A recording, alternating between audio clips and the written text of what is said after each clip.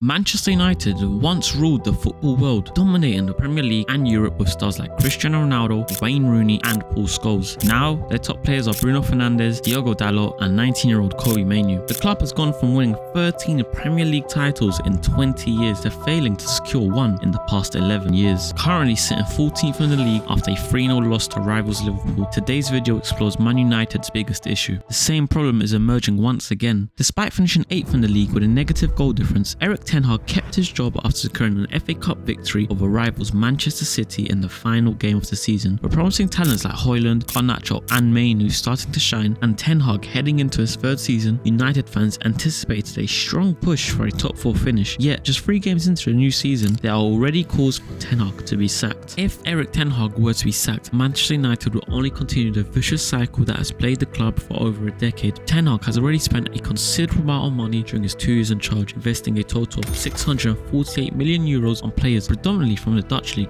This has led to a squad heavily influenced by the Eredivisie, with 11 players bought in based on their past success in the Dutch league. Among the most significant expenditures are €95 million for Antony, often trolled as the fidget spinner, and a combined €110 million for Onana and Martinez. Additionally, the club invested €70 million in Casemiro, who Jamie Carragher wisely advised to. But I always remember something when I retired myself, and there was a saying I always remember as a footballer: leave the football before the football leaves you. The football's left him.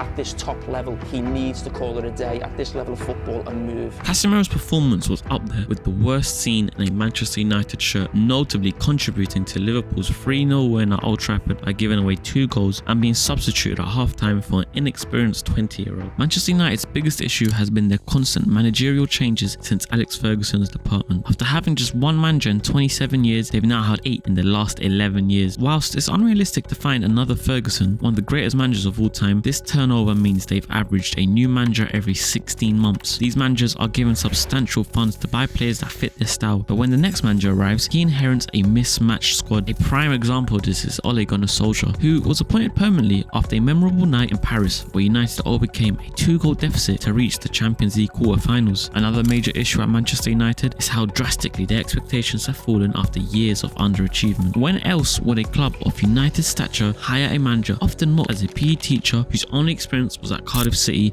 and FC Molde, simply because they advanced past the round of 16 in the Champions League? A club like Manchester United should be reaching the latter stages of European competitions every year. Once appointed, Ole faced the challenge of managing a squad built by his predecessors. To make his mark, he spent heavily during his tenure, investing €461 million on players like Harry Maguire, Jadon Sancho, Aaron Wan-Bissaka and Daniel James. However, when these players didn't fit the next manager Erik ten Hag's style or simply weren't favoured by him, the process had to start all over again. The board, eager to keep the fans happy and avoid backlash, hands the new manager an open checkbook. But when results fall short and fans start to leave the stadium early, manager is sacked to shift the blame away from the board. Unless Man United revamp their strategy, the 11-year wait for a Premier League title will continue to stretch. If you've learned something new in this video, a sub to the channel would be great help and allows me to keep making this sort of content. United should take a page out of Brighton's book, a team that has been beaten by them 4 times in the last 6 meetings and is much more sustainably managed. Brighton doesn't buy players based solely on a manager's preferences or who he has worked with before, but rather on how well they fit the club's sporting module. They also hire managers who align with Brighton's style of play, unlike Manchester United, who have jumped from defensive-minded Jose Mourinho to the attacking Ole Gunnar Solskjaer, desperately trying different approaches without sticking to the club's core principles. This consistency is why Brighton can easily replace a departing manager